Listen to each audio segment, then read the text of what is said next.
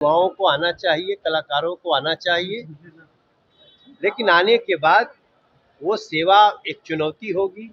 उसको कैसे आगे करेंगे। बड़े बड़े लोग जो दावे करते थे वो मैदान छोड़ के भाग गए।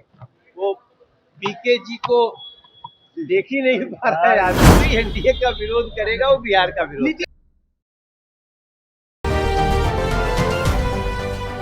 जब किसी पार्टी के दिल में स्टेट का डेवलपमेंट सबसे बड़ा मुद्दा होता है तो कोलिशन में थोड़े समझौते हो जाते हैं, ऊंचा नीचा होने के बाद भी होता है।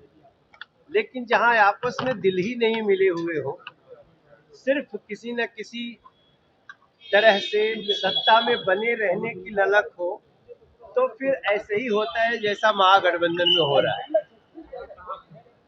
एनडीए ने बहुत समय से सीटों का बंटवारा कर लिया और उसके बाद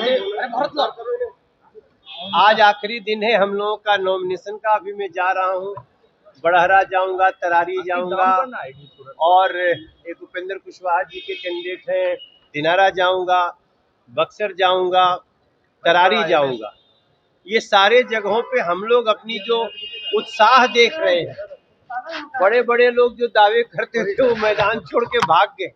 वो पीके जी को देख ही नहीं पा रहा है आदमी।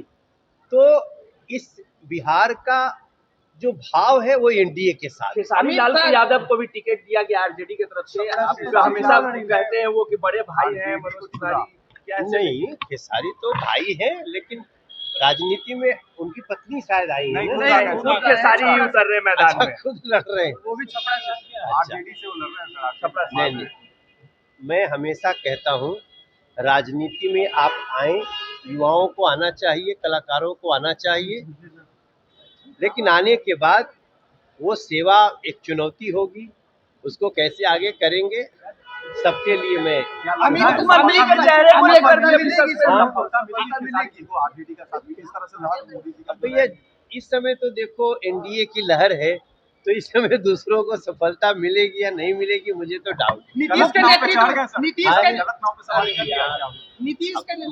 देखो, हम राजनीति में जब हम केजरीवाल के लिए बहुत वो नहीं बोलते हैं, तो ये लोग तो अपने साथी भाई हैं, लेकिन स्वस्थ लोकतंत्र में चलना है।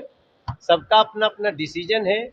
बिहार एनडीए के साथ चले, क्योंकि जो अब एनडीए बिहार को एक नई उड़ान देने जा रही है, उसमें जो भी एनडीए का विरोध करेगा वो बिहार का विरोध। नीतीश के नेतृत्व में चुनाव लड़ने की बात अमित शाह कह रहे हैं, लेकिन मुख्यमंत्री को लेकर के चुप्पी साध ले रहा है। नेतृत्व का मतलब है, नेतृत्व का मतलब वही है जो आप कह रहे हैं।